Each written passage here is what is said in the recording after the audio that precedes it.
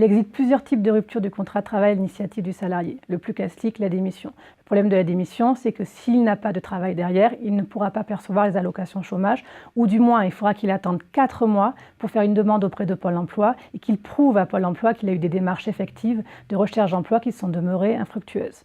Donc ce cas-là est la plupart du temps écarté.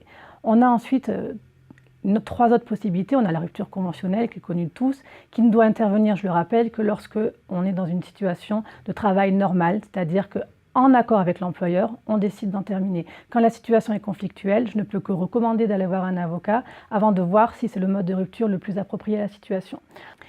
Donc, le salarié a ensuite la possibilité de prendre acte de la rupture de son contrat de travail. Concrètement, en quoi cela consiste? Le salarié envoie une lettre à son employeur dans laquelle il lui reproche divers manquements qui sont suffisamment graves pour entraîner la rupture automatique du contrat de travail.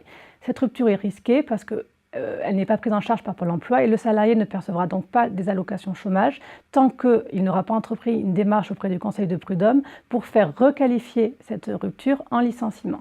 Donc il peut rester plusieurs années avant que Pôle emploi prenne effectivement en charge cette rupture. C'est pour ça qu'en général, on ne recommande de ne faire cette lettre de prise d'acte que lorsque le salarié a une perspective d'emploi derrière et qu'il peut se retourner très rapidement. Reste ensuite la résiliation judiciaire. En quoi ça consiste? Le salarié saisit le Conseil de prud'homme pour que le Conseil de prud'homme vienne constater que les manquements de l'employeur sont tellement graves que l'on peut prononcer une rupture du contrat de travail. Alors l'avantage, c'est que pendant tout le temps de la procédure, le contrat de travail est maintenu. La plupart du temps, le salarié est en souffrance et souvent en arrêt maladie. Ce sont souvent des cas par exemple de harcèlement ou de burn-out.